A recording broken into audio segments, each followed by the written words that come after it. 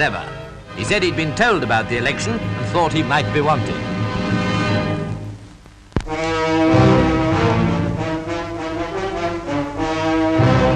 As everyone knows, the submarine service is exposed to special risks even in peacetime. It was just before the war that Thetis, afterwards named Thunderbolt and lost in the years of struggle, went down. Now another tragic disaster has aroused the deep sympathy of the nation.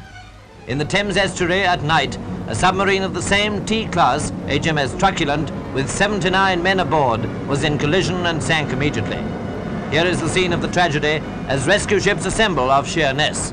All possible help was hurried to the place of the sinking, which was indicated by the marker buoy released from Truculent.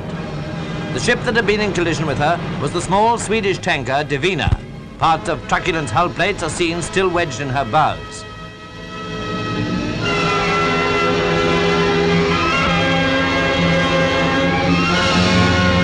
The specially designed rescue vessel Lifeline was ordered to stand by, and among many other ships was the frigate Vista, her ensign as you see at half-mast.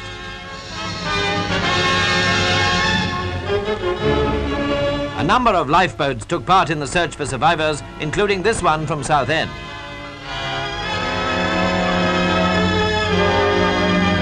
Divers were early on the scene, their first task naturally to try to discover if anyone was still alive in Truculent. Their reports left little hope.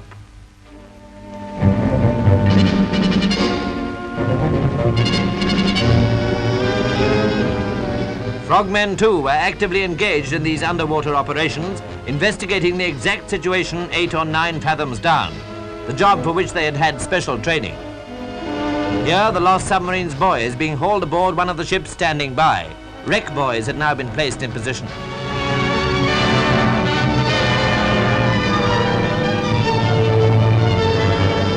Davis' escape apparatus, in the use of which all submarine crews are briefed, was available of course for everyone on board. But compartments flooded so quickly, many men had no time to get hold of a set. Loss of life was tragically heavy, but 15 survivors were picked up and brought ashore. Some of the rescued men are seen at Chatham. They include Mossman, Armand, Cheriton, Stickland, Buckingham, Kendall, Hillier and Fry. Their simple account of the terrible ordeal reveals a story of typical discipline and courage. Here's what one of them says, Petty Officer Cook Raymond Fry.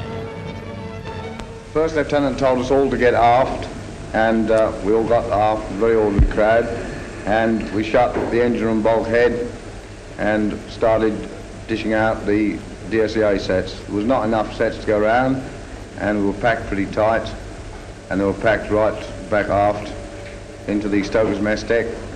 We shut the bulkhead door, and it was decided then that those who couldn't swim would have the DSEA sets, and those that could swim would endeavour to come up without them.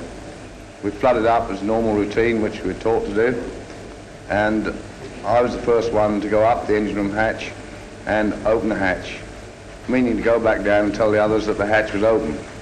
But when I opened the hatch, a terrific sort of force took me up, and I was unable to get back down again because I can't swim. And so I just got to the surface and converted the DSEA set into a lifebelt.